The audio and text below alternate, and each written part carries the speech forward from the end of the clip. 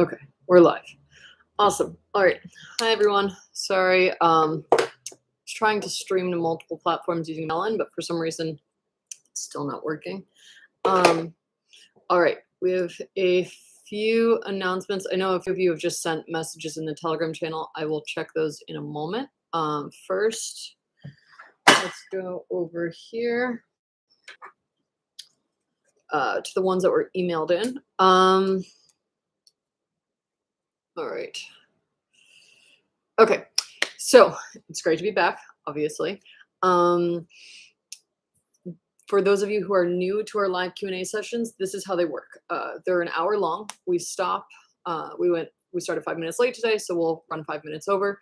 You can ask any questions about life and productivity hacks during the final 10 minutes because our main focus is on marketing. And if you are tuning in for the life and productivity hacks, just remind me, today we'll end at 12:05. So remind me at 11:55 and we can transition to that topic. If nobody reminds me, I will speak about marketing for the full hour. Okay, I answer questions that were sent in via email first. Any questions that were sent by 8 a.m. New York City time this morning. And then I check out whatever you all have sent to me on Telegram. And then it's the chat window on YouTube and then Quora. So if you ask questions specifically of me on Quora, those were at the end.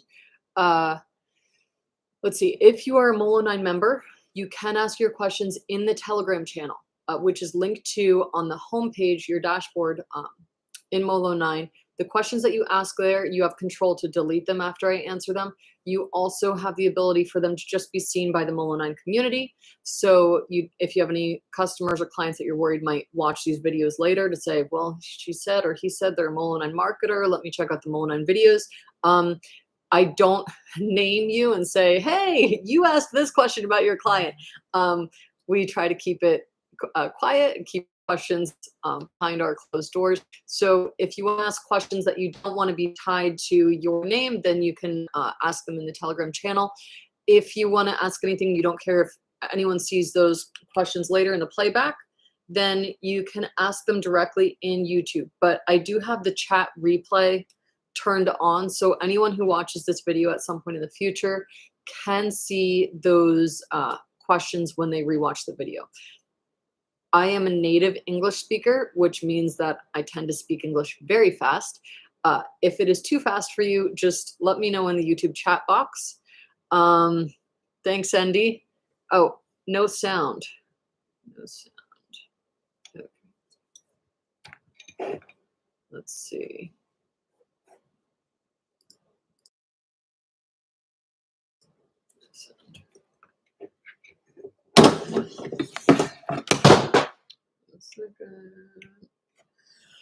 All right. Tell me if you have sound now. The microphone is set up. Thanks, Fernando. Andy, let me know if you have any issues, because I think some people are hearing me, others are not. It's working. Good. All right. Okay, next. There are a lot of questions. All right. So voting. Voting on the future of Molo9. So Molo9 is still in its infancy. I do have a specific idea for what I want it to look like when it is fully developed, full grown. We are, I don't know, 10% of the way there. Slowly, we're getting there. But voting on the future of Molo9. I send out polls to our main Telegram channel. That is so that Molo9 members can vote on the future of Molo9. This is where you can vote on what we are currently developing, what we're about to develop. There are certain things that I know will need to be added to Molo9 at some point in the future. Sometimes I send out a poll saying, do you all need this now? Because I want to know if it's something that will be used now or if I can focus on developing other things. So the polls help us not only to figure out what we need to build, it helps us to know how resources should be labeled, which labels are easiest for you to understand what that resource does. And then it also helps us to determine the priority of things within Molo9's roadmap, like what we're focusing on each sprint. Okay, feedback. We have a special treat for those of you who have given us helpful feedback, and sent my team kind emails with helpful feedback, kindly reported 404s, we have created a special Telegram channel for you. This Telegram channel is the only place that we will be announcing discounts that are specifically for those who have indicated that they like to beta test new content, new features. If you are someone who does not appreciate having to do bug reports, this is not something you will want to participate in. If you are someone who appreciates getting a discount, getting in early, and you can do you're okay with doing bug reports, like, hey, this is incorrect, this needs to be fixed, this needs to be fixed, and you get 70% off of Molo9 content and features for doing that, we have a Telegram channel for you. That so it's going to be linked. The way that I coded it is it's going to be linked this way. In your homepage under my account, you have the Molo9 Masterclass credits, the credits. If you have credits there, I'm going to be adding a box. Some of you will start to see today. Some of you won't see it until next week because I have to put it in manually. You'll see a link to join the Telegram channel. If you have not given us feedback, you'll see a link to one of our surveys for you to be able to give us feedback so you can join that beta group. If you are somebody who hates beta testing and you don't want to be able to get deals, then to beta versions of software and content and whatnot, then just disregard that link. Don't leave us any feedback. Just keep doing what you're doing, using Molo9 the way that you see best. And then we will not be emailing out any of the beta testing discounts because some of you really just want to use Molo9 to get a few things done, meet client deadline, and move on. And there's a very specific group of you that are like, hey, I love beta testing. I believe in the future of Molo9. I'd love to have an impact on what the content looks like next. I'd love to have my questions answered in this way. I'd love to see the structure change so that it's easier for me in this format. Then you have the Telegram channel. All right. Next, we have Mastermind. So some of you have made it very clear that you want Molo9 to have a mastermind. I get it. I've heard you. We will offer one. I just need to figure out the best way to do this so that we don't fall behind on Molo9's development goals. Based on the survey that many of you filled out, we are looking at offering the following starting sometime this fall. It'll be one mastermind that is restricted to 30 members, and it will be an all access setup with free flow questions. Some of you have asked, you work on sensitive client projects. I get it. Coups, politics, pharmaceuticals. Those are all very, very cutthroat spaces to work in as a marketer. You don't want to be asking those questions in a public setting. You probably can't ask those questions in a public setting. Banking as well is another one. With those, we have the all access masterclass that'll come out. It'll be a small group of 30. So with a smaller group, you're able to build trust with everyone faster, and it'll be a cohort that you go through the entire year with. Hopefully you guys become friends, you have coffee and happy hour together. Afterwards, it's going to be a small group. It is understood that anything you hear in those mastermind groups, it'll be twice a month. Anything that's talked about in those settings remains in those settings, like Fight Club. No one talks about Fight Club outside of Fight Club. And then we will have a second mastermind. It's restricted to 50 members. It'll focus on the 3 to 4 psychological principles of influence each session. There are more than 48 of them. I strongly, strongly believe that if you know all the psychological principles of influence and if you understand ranking algorithms, it's basically a mathematical computer programming thing that determines how and which content is seen by which users when. If you understand those two things, you're unstoppable as a marketer. So I would like to have a mastermind that is for 50 people that are interested in learning that, because some of you are excited about that. You want to dive deeper into it. Some of you don't really care. You just want the campaign planner. You're happy. That's fine. And then the third mastermind is going to be for between 50 and 100 members, because with this one, it's better to have a larger pool for you to collaborate with and swap ideas with. Some of you might even meet a co-founder in here. We're going to go through the launch masterclass together. The third mastermind will be for those of you who want to launch your own business while maintaining a full-time job. So instead of doing the launch process in 21 days, you'll do it over the course of 42 weeks. So you really can do it like in a few hours each weekend. And with that one, we want it to be a larger group because there's something called a founder squad. I don't know if you've had a chance to read it. There was an article published by some founder in Silicon Valley a few years ago, and it was saying that founders are made, they're not born.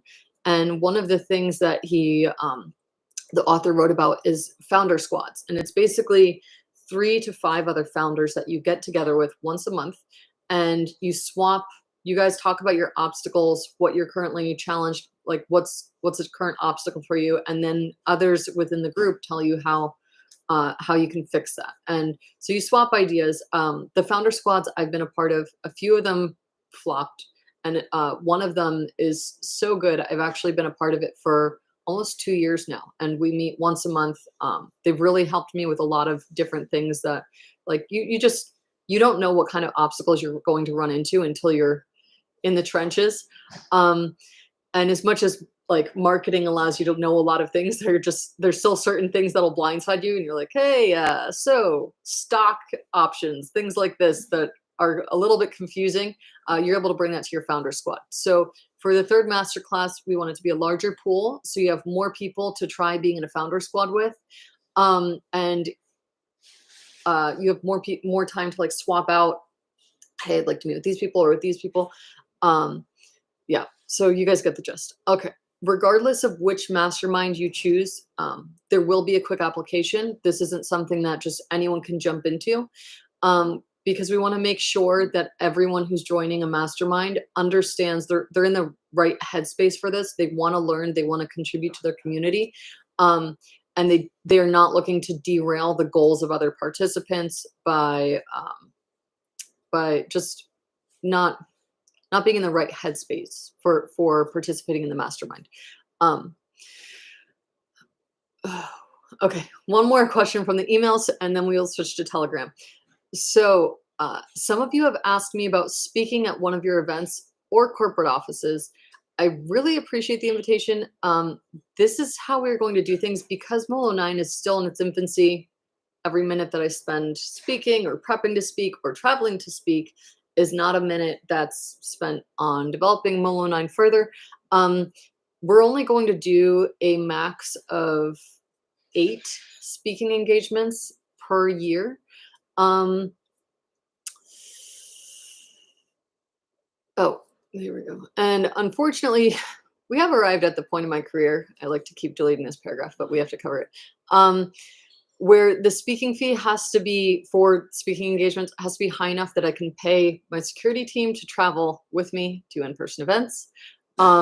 Because while 99.9% of you are awesome, love to grab a drink or a bite to eat with you, 0.1% of you have made threats to my customer support team, social media handlers, and these threats have placed you on a watch list and made it clear that I need to be bringing my security team with me to in-person events. Unfortunately, tragically, a family friend was recently murdered by one of her stalkers, so this is not something you will cut corners on. Yes, now let's move on to Telegram so we can talk about some more marketing stuff. Have fun. Okay. Let's see. Okay, so our Telegram, our live streaming this morning, I had to do it directly to YouTube. I did try to use Melon, which was an AppSumo deal, to stream to multiple destinations, but for whatever reason, every time I try to go in to stream something, it gives me Yaniv Ashav Zelotov. Yaniv.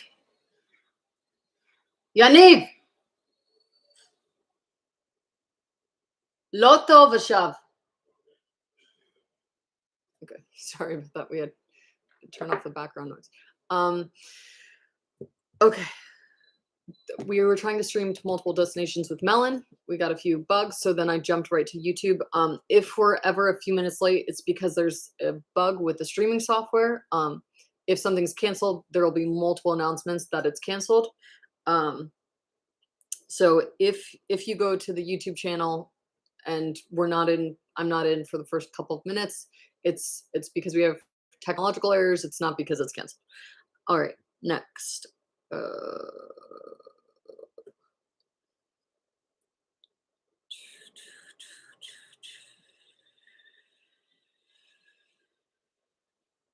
Oh, okay. So the branding masterclass, that is coming out soon, only for those who are beta testers who have provided helpful feedback. The branding masterclass, that is teaching people how to do a client project where they're doing a rebrand or an initial brand. It includes tricks like how to how to present certain assets to the client without handing them over until the client pays you for creating those assets. Because while you may have some really amazing clients, there are some unethical people who will they'll hire you to do the branding project, but then they won't pay you, or they won't pay you the final amount that you're due, that you agreed upon for the project. So the branding masterclass is really for those who are looking to offer branding services. After the masterclass is done and the beta testers go through, provide their feedback, then we will have it reformatted so that it can be added to the project portal. And you will see an early release option, which means you're getting a version of the masterclass that comes out right after the beta testers have given their feedback, and we've implemented that feedback. So from there, we have the early release. We take the feedback from that and optimize the masterclass even more, and then we release the final version of the masterclass at full price. So for those of you who have given us feedback that's been helpful, that's helped us to make content better, to make the website better, to make better features in general, you will have the invitation to be able to purchase the branding masterclass. I think it's 70% off. I wrote it in one of the channels, so you can easily search for it in Telegram. But if you have not been invited to the beta release of the branding masterclass, then you will have access at the early release price, which is also discounted. I don't remember by how much, before it becomes the branding masterclass is listed on the website at a flat fee. Okay, that's it. That's it for Telegram questions. Now, do we have any questions that people want to ask in YouTube? Otherwise, I can hop into Quora on my phone. There's always between 70 and 100 questions here, so.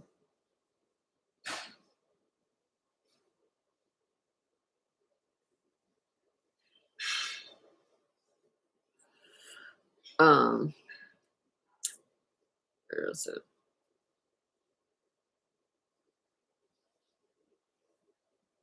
Okay.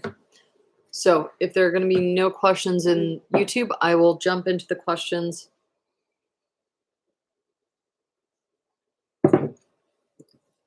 That you all sent through Quora.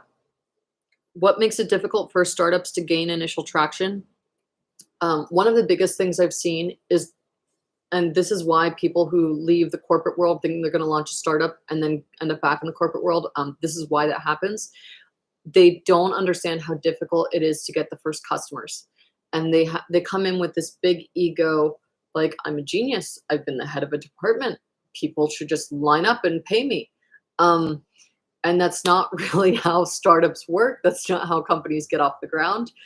You also don't get off the ground by banging on people's doors and demanding they buy something from you. It's more of, usually, first off, your initial customers are people that you know, people that trust you. They have to like what you're selling, and if they're not willing to pay for it and they allow you to do a free project for them, unless that free project is going to be like amazing case study for you, and it's going to really set you apart, and it's going to help to launch your company. If it's not a huge, if it's not a crown jewel that you can use to build your career on and launch your career off of, you don't want to be doing it for free. If it's, ideally you want to have them just pay a few dollars to make sure that they actually like what you're selling. Then, so first you launch amongst friends and family, you charge them for it. It's not for free. Unless it's like a Apple, or unless it's a huge company that, that you can use as a platform to get to quickly build trust, build authority. And there are quite a few startups I've seen fail because they thought, okay, I should just do free work always. I should just keep doing free work until somebody says they're going to pay me. Nobody will throw money at you. If they don't have to, they're not going to give you money. So you want to give them something that makes them want to give you money. And until you understand what people are willing to pay for, and you get them to actually pay for it, you don't have a startup. You have a hypothesis. You have a theory. So you need to get people who are willing to pay for what you're selling. And if they're not willing to pay for it, you need to change what you're offering. There's a survey in Molo9. Let me send you the link. And it helps you to figure out what people actually want to buy. So like with Molo9, I didn't really know. I knew that people wanted to buy my playbooks, but that was like a one-time thing. That wasn't software. I realized people wanted software when I sold the playbooks, and they said, okay, but which of these steps do I actually have to implement? And they wanted to know if they could skip things, or if things should be changed or amended for their specific company or industry or business model or whatnot. That's when I realized that I needed to create software that literally spoon-fed them, hey, if you want to achieve this goal, you need to do these 5 things. But you don't know that without having a conversation with people who are willing to pay for that. So let me get you, this is the survey we sent out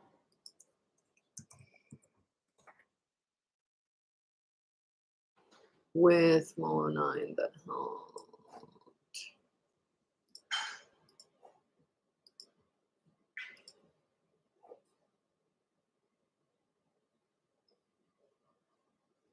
Okay, it's called Complete a Quick Round of Market Research to Collect Key Data from Potential Customers. And here's the link. You will not have access to this link unless you are a Molo9 member. There it is. And I will drop it into the Telegram channel as well.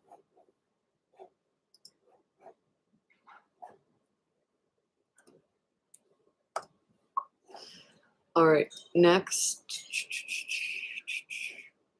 Okay, next question. What are some tips for young startup founders? I'd say the biggest one is, and this one I actually got from Tony Robbins and Warren Buffett. I read that Warren Buffett reads 500 pages a day to see what other people are talking about. And I don't remember where I heard it, that Tony Robbins, he aimed to read 1 psychology book a day until he had changed his life around.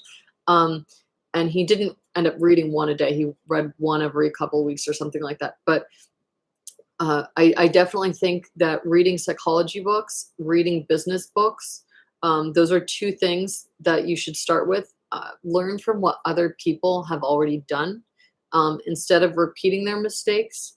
There's the saying that you should fail fast. And so some people have this idea that like fail, it's a check mark on a checklist. And that's not what they mean. Molo9, for those of you who have been here since the early days, you've seen us launch features that took me quite a bit of time to code, and then nobody actually liked it, nobody used it. So it's not that your goal should be to fail, it's that your goal should be to keep trying new things until you find what makes people happy. And some of those things will work out really well, other things may not work well, but just because something doesn't work well doesn't mean you should quit. It means that you should try something else. That's where I think if you've ever been in a laboratory, in the US, you can take chemistry and biology classes in high school, so that you can be you're in a laboratory and you're told to follow this process to try to get this outcome. But there's also a table below where you're supposed to record your data from following the process to get the outcome, so that you learn that, okay, it's not that there's human error, or there's different variables that you might not know to account for that can lead the results to not be exactly what you expected them to be. And with companies, with startups, you don't know what's going to throw you off your game. You don't know which obstacles you're going to arise from until you're facing them, and you've been thrown that curveball. So if you can just learn from other people's experiences and the obstacles they faced and how they overcame them, that'll save you a lot of grief and heartache later on. I've been in the startup space since 2009. And that's not even including when I worked for my parents' startups, starting when I was in like middle school, high school. So, and I still am reading psychology books and startup books on a regular basis. So you're never, you never arrive at a point where you can't benefit by learning from somebody else. Okay. What is the best way to grow your startup without spending money on marketing and advertising? Oh, this reminds me. Okay. Some of you have asked about our affiliate program, because there was an affiliate marketing video where we were paying affiliates 40% revenue share. So what happened was, after that video, the feedback I got, and this is an example of something that we put together that nobody used, was that people were using Molo9 as their competitive advantage, and they were not wanting to necessarily share it with their following. They were using it like as a trade secret. And that's actually why we signed on to stay longer with AppSumo. And they ended up taking the percentage instead of giving it out to affiliates. We no longer do the affiliate program. I think now is just a standard 10%. And if you have a certain blog, or you have a certain circulation, or you have an email list that you'd like to circulate Molo9 amongst, we can also create a unique code for you to give your following a discount code of 10% or $5 or something like that, depending on what it is. That is for the subscriptions, because that's what it's been coded for, is anytime somebody changes a subscription or whatever, it's tied to the subscriptions. That will not be for the mastermind, simply because the way that I coded and built the infrastructure on the back end for the masterminds, it's not tracked in the same system as the subscriptions. So for those of you who work with software, you know what I'm talking about with the microservices, where you have like different apps behind the scenes that are running different things. To some of you that might sound like French, but yeah. Okay, so what is the best way to grow your startup without spending money on marketing and advertising? The answer to that is the launch process. I shared it with you guys. You have access to it as a checklist in the checklist and workbook area, and you also have access to it as a masterclass. For me personally, I put on there that it takes 21 days to implement. For me personally, I've done it in as little as 3 to 4 days. So some of you who are more experienced with marketing, you'll look at that 21-day program, and you'll probably be able to knock it out in less than a week. For those of you who are new to marketing, you may look at that and say, oh, I'm going to take a couple of weeks, maybe a couple months to do this. No worries. I put 21 days because I honestly think that a new marketer can get it done in 21 days if they're working on it full time. But that's just that's just for those of you who are doing this full time. For those of you who are doing this as a side hustle, do not hold yourself to the same high pressure, high standards as those who are working full time in the startup space. What are the best CRM platforms that can easily be used for automation? Okay, so I'm sorry, I need a drink.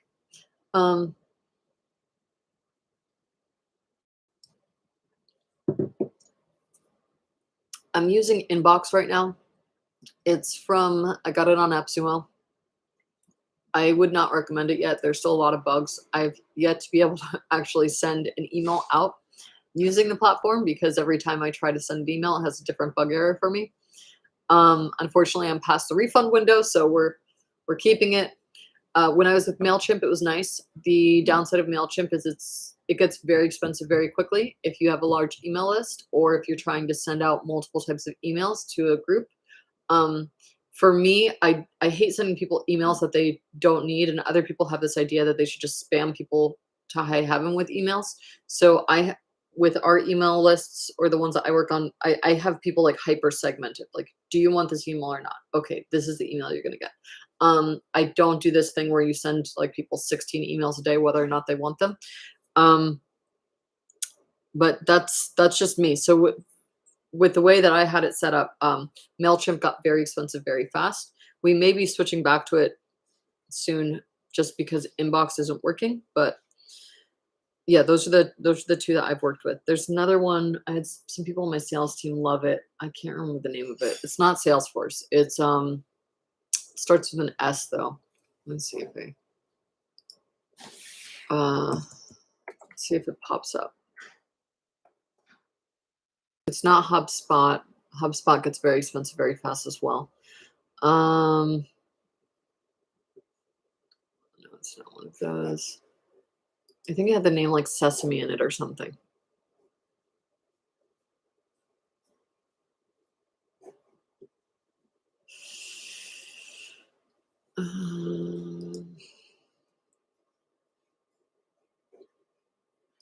Okay, here's a list of massive list. Let's see if they're in here.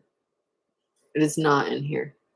It was a startup, so it might have been acquired by someone by now. All right. Okay, I'm sorry, I don't have the other one. What are the best practices implementing Salesforce for an accounting firm? I don't know. I don't use Salesforce. And any project I've worked on where they used Salesforce, they had like 5 people managing Salesforce where I would just say, hey, can you do this? And they would take care of doing it. So even when I've worked with Salesforce, it's been by like a degree of separation. There was someone implementing and I was just coming up with like the high level strategy and they would figure out how to implement what I was recommending. Another Salesforce question. I'm sorry, I can't answer that.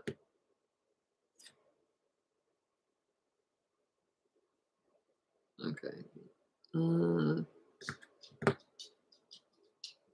What are some free dark background images for websites and blogs? I think it's called Pixabay.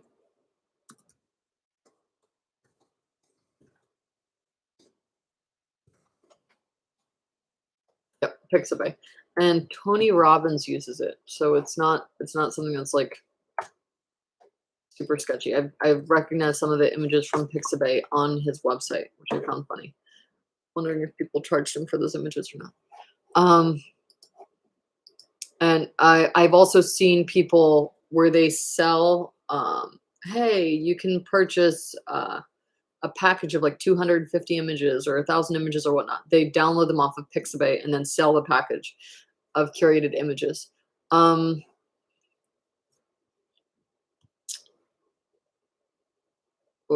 What is the best way to present your idea when pitching it to someone else? Should we use slides or just talk about it verbally with no visual aids at all? If you need to use slides, it's not a casual conversation. Slides are for when you're trying to express something complex to people that need to understand it, all the complexities and the intricacies of it. If you're trying to have a casual conversation, you should not need visuals. You should be able to tell people very quickly, succinctly, what you're working on and how it helps them. Elevator pitch. If you don't have an elevator pitch, this is a good book to check out.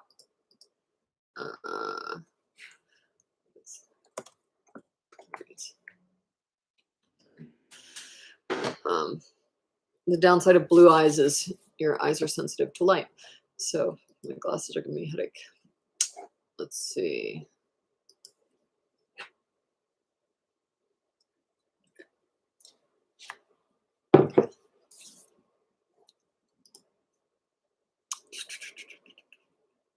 Sorry, Goodreads is making me log in before I can. Oh, okay, I'm doing this later. Okay, I'm sorry, I'm gonna have to send you the Amazon link because Goodreads won't let me see. Oh wait, here we go. Moved it. What is it called? I'm trying to think of the name of the book. Hold on.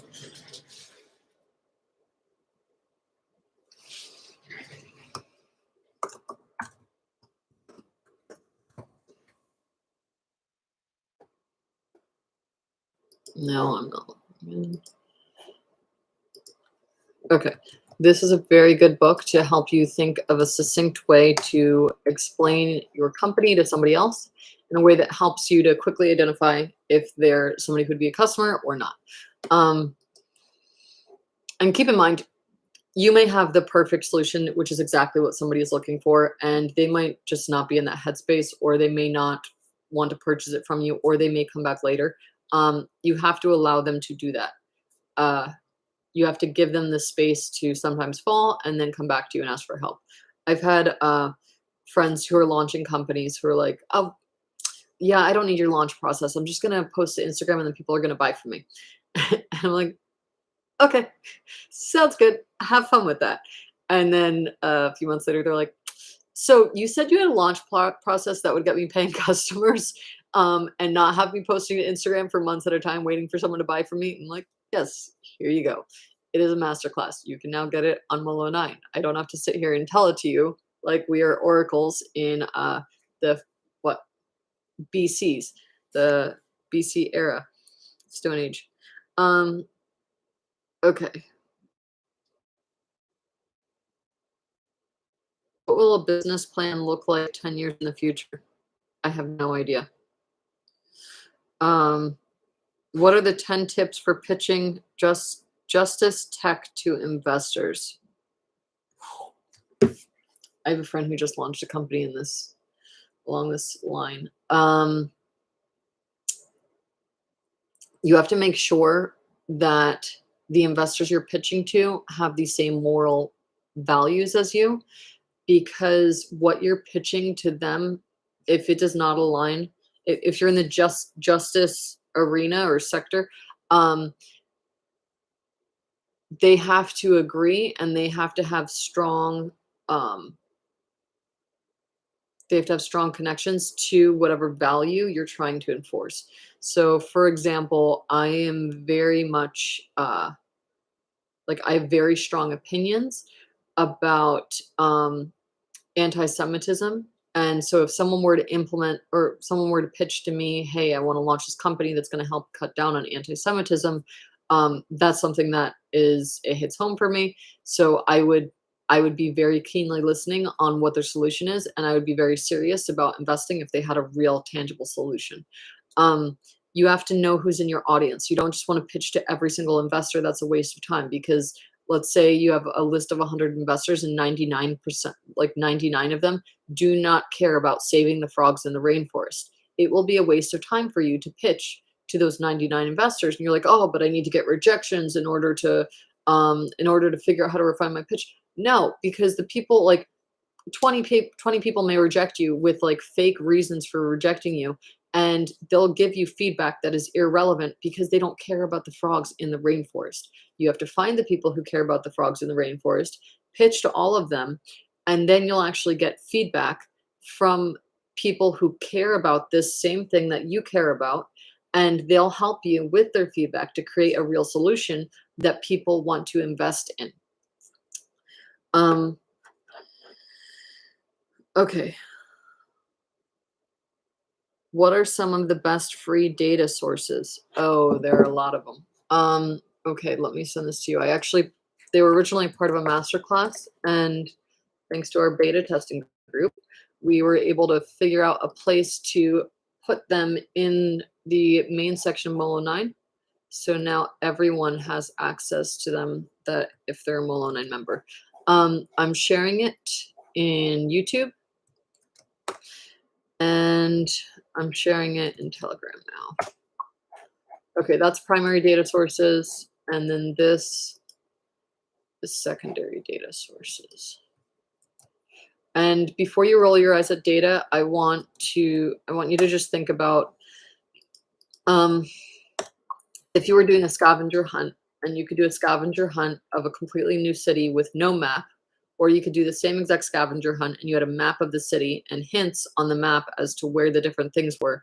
Would you want that map to do the scavenger hunt so you could win the game faster? Or would you like to just go blind through the city and have to look in every nook and cranny for the clues you're trying to find? That's how valuable data is for a marketer. So when you hear data or big data, don't have your eyes glaze over, tune in, because you're about to get hidden secrets on how to make winning the game very easy. All right. How can I get experience in Google Analytics? Build a blog on something you actually know about. And then when people ask you for advice, you link them to that blog. And then you have Google Analytics tied to that blog. And then you start clicking around and looking at all of the data. Then from there, you'll see what you want to dive into, learn more about, figure out more about what you want to test, run tests with. And you will have entered the rabbit hole successfully and know how to find like which path you want to follow from there.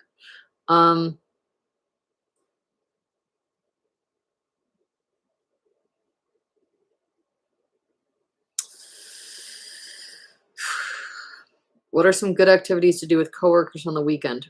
That is so vague, and it totally depends on what country you're in, what religion you guys are, if there's what's available to you in your local environment. So I'm not going to answer that one right now because I could give you the wrong answer.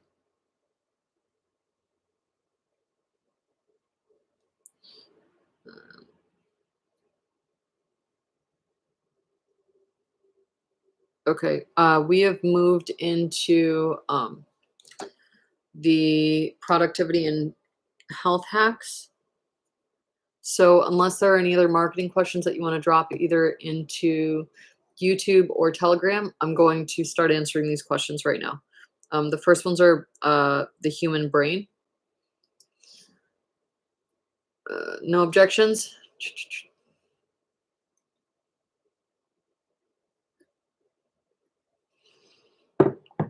Okay. What is the most important thing that humans have learned about their brains? That's easy. Neuroplasticity. So we used to believe that, oh, thanks, Andy. We used to believe that, like, if you had a learning disorder, if you had a phobia, if you had a fear, if you had something that made you anxious, that you were stuck with that for life. The brain you were born with was the brain you had. And now we're finding out that the brain is like a hybrid of an organ and a muscle.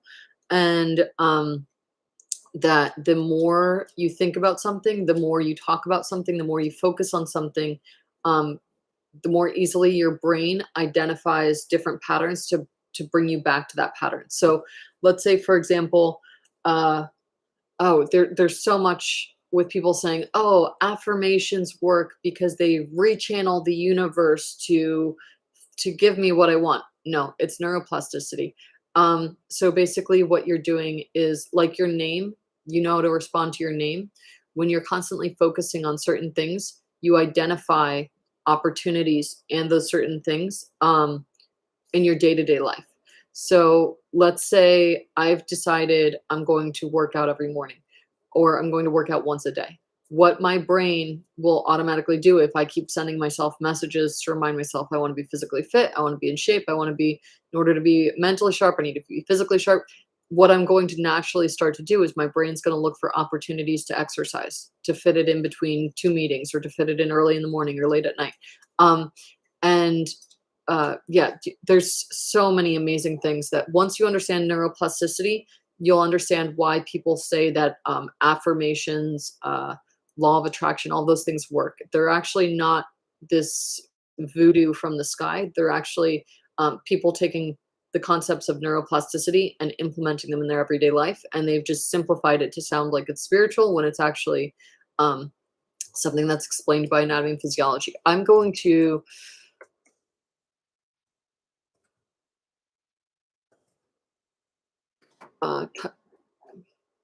here we go. Let me try to think of the best way to give you information on this so you can actually start to dive deeper into the topic.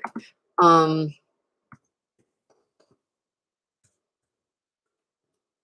there's a lot of like garbage out there. There's only a few books that are very, very good that will help you to understand this topic in a way that can help you to level up. Okay, so this is a book I haven't read yet. I've seen it recommended a lot.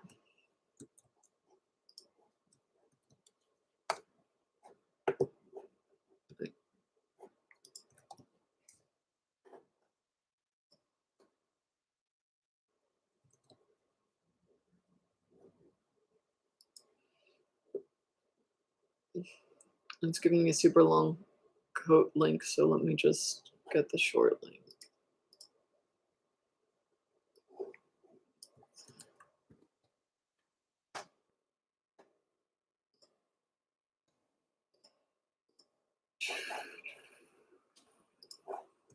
Okay. That one's been recommended a lot. I have not read that one. The ones I've read, oh wait, I sent them all to ND. Okay. Here we go.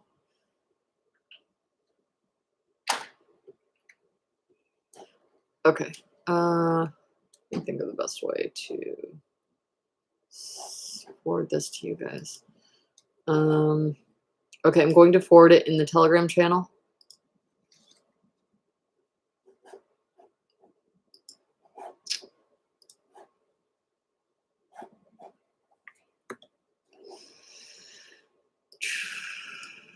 Okay, all of these books are amazing at helping you to reshape your thoughts so that they're aligned with achieving bigger goals.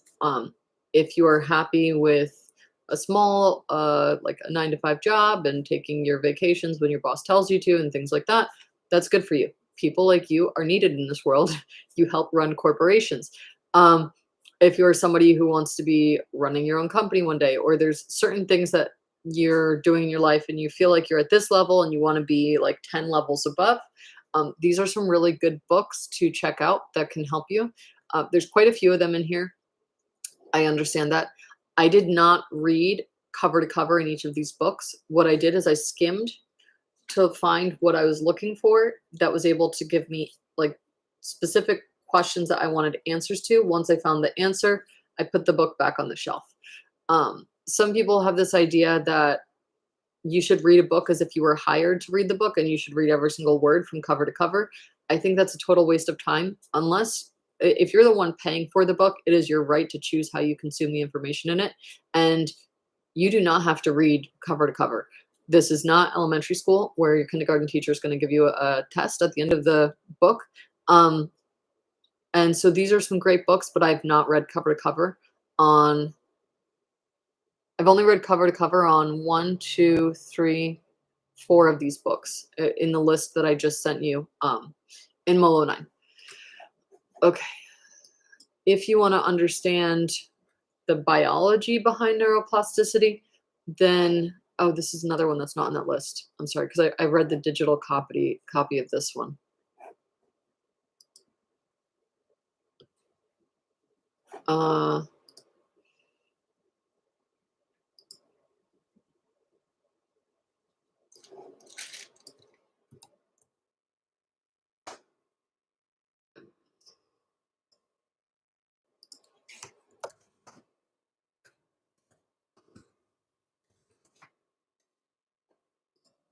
This book is also awesome.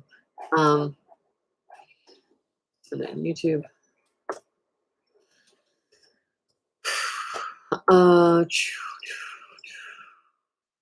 Okay, you have that. There's another book on biology.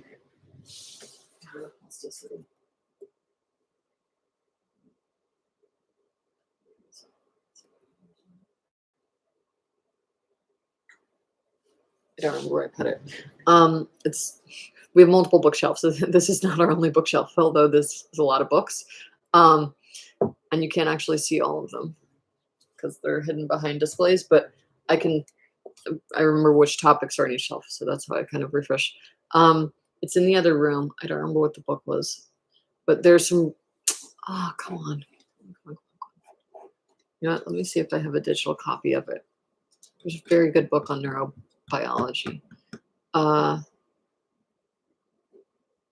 We are running out of time though. We only have a few.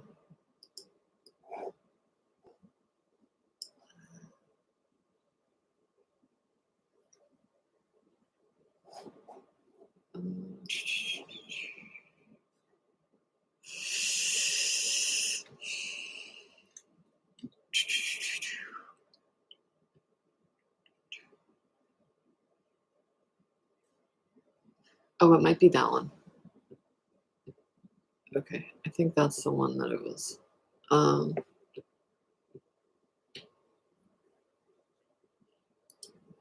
me just double check.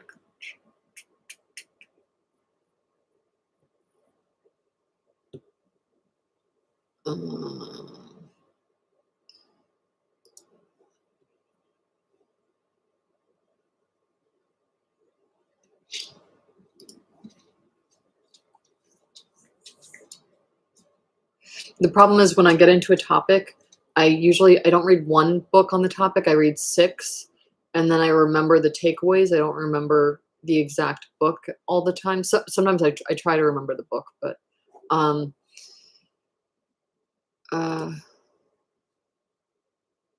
think this one was very good, and the other one. Okay. Oh, consumerology. Okay, I'm gonna send you these two. Okay,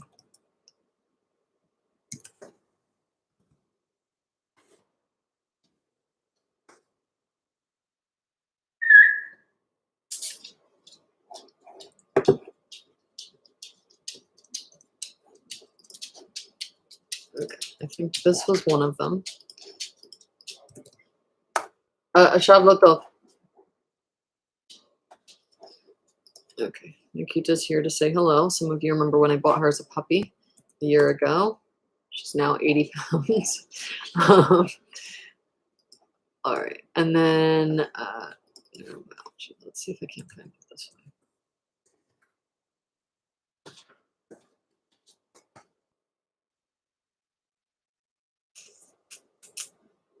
I can't find it. I'm gonna have to get back to you guys on that one. There's some really good books that I read on neuroscience. I don't know why I cannot remember them. And they're not coming up under the top 30 search results for brains. Okay, super forecasting, and there was one other one I wanted to give you. Mind gut connection. Oh, this one's very good. This one's really funny. This one helps you to understand how your brain takes shortcuts in order to save energy. And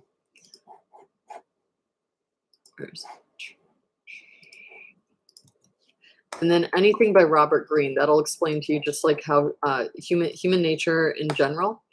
Okay, so we totally ended up talking for 15 minutes about neuroplasticity. Okay, one more question, and then we're gonna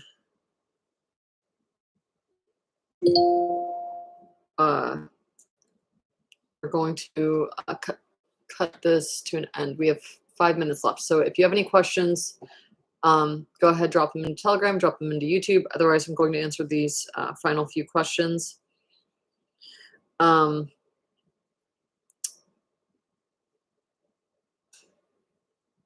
Oh, why do people complain and never do anything about the problem? What is the point of this? Okay, so people like to complain about a problem and then they don't actually do something about it until they experience serious pain from that problem. Um, Usually, people have we have two main drivers as a human species.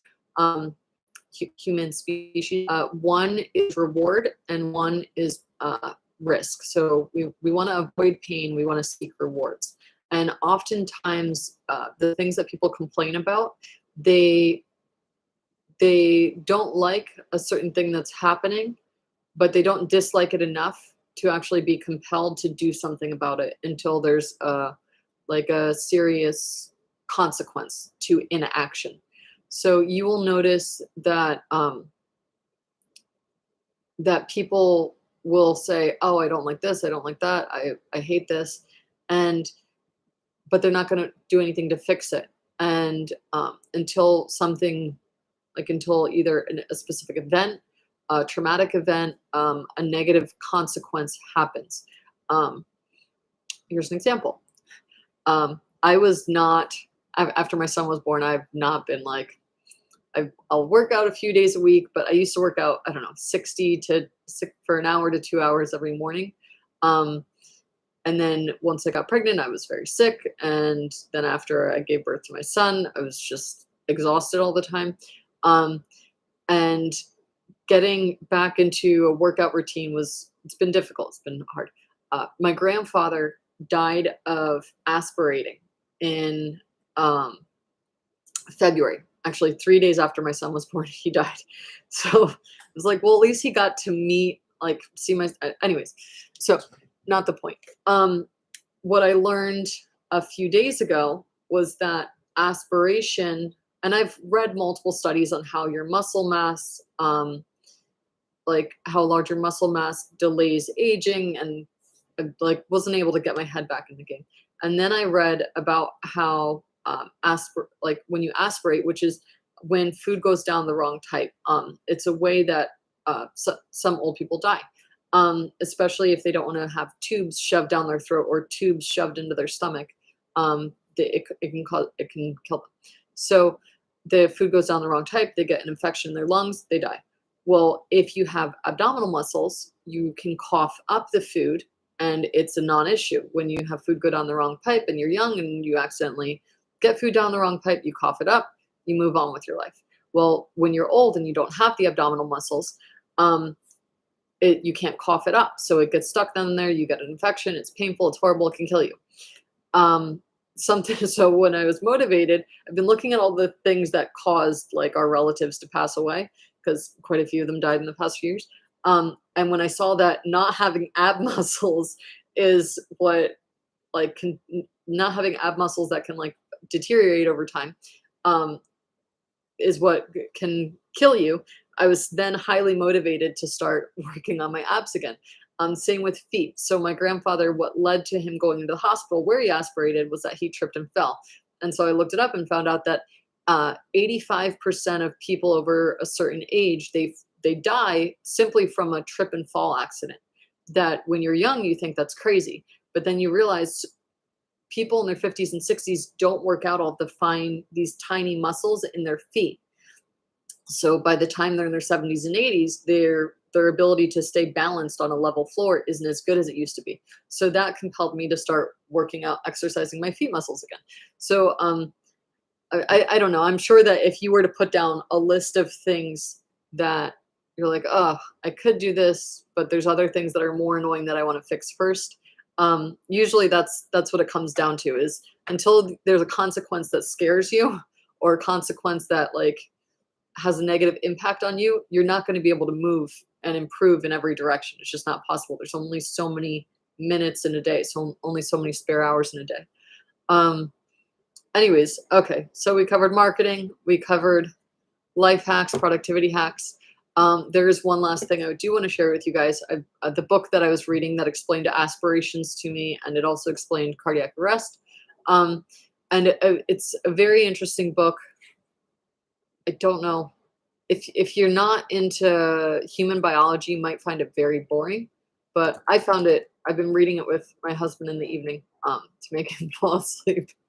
So maybe it'll put you to sleep. Maybe you'll read it and be intrigued.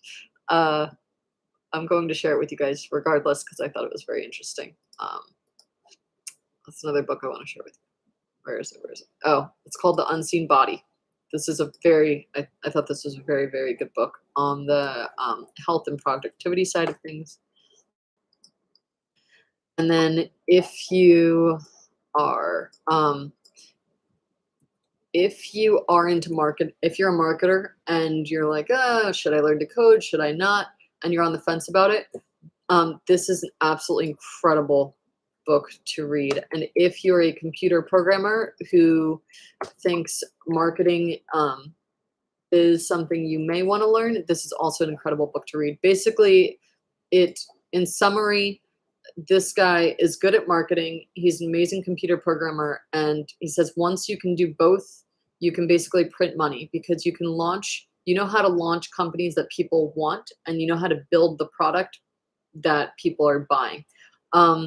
And so it kind of takes you to a whole nother level in how your life is structured, because you're able to build the things you're passionate about, but you're able to refine the products in a way that excites people so that they actually want to purchase it. And you know how to get the marketing messaging packaged so that so that people understand what you're selling, and the right people that actually want to buy that type of solution are able to come to you easily. If that is a little bit past where you want to be right now, the best book to look, I'm remembering all these startup books and I can't remember the neurobiology book. I'm sorry. The best book to read along with Naval's book, which is this one. If you're thinking about starting something soon, they keep telling me that the URLs are too long, and Amazon keeps making very long URLs. Okay.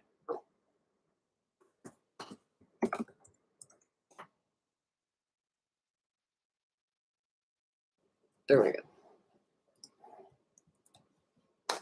Okay. So if you're looking at launching a startup soon, contemplating if you should launch a startup, this is an amazing book to start with. If you are a computer programmer or a marketer that's looking to go into computer programming, or computer programming looking to learn more about marketing, the other book I sent you is an amazing one to start with. Both will inspire you and motivate you to act, and inspire you to continue on your journey, which is never a bad thing. All right, we're 3 minutes over. I hope this was a good live Q&A for you guys. Moving forward, they are going to be every other week. This one was a little bit last minute because I found out last minute that I was yesterday that I'd be able to do one today. As soon as I have a serious schedule with the nanny that's consistent, then I'll be able to put those into the portal, and we will be able to have a regular cadence. For now, I think I'm going to aim to have the next one, not next week, but the week after. As soon as I have the exact date and time that I'll have reliable backup. Like, my son's napping right now, but if he were to wake up, it'd be very annoying for you to be talking with me and there to be a baby cooing. As soon as I have a consistent schedule with the nanny, then I'll be able to put in reliably which day and time we will do in 2 weeks. All right. It's a pleasure talking with you all, answering all your questions. They're always interesting. Some of them always manage to sideline me. But anyways, have a good day, guys. Take care. Bye.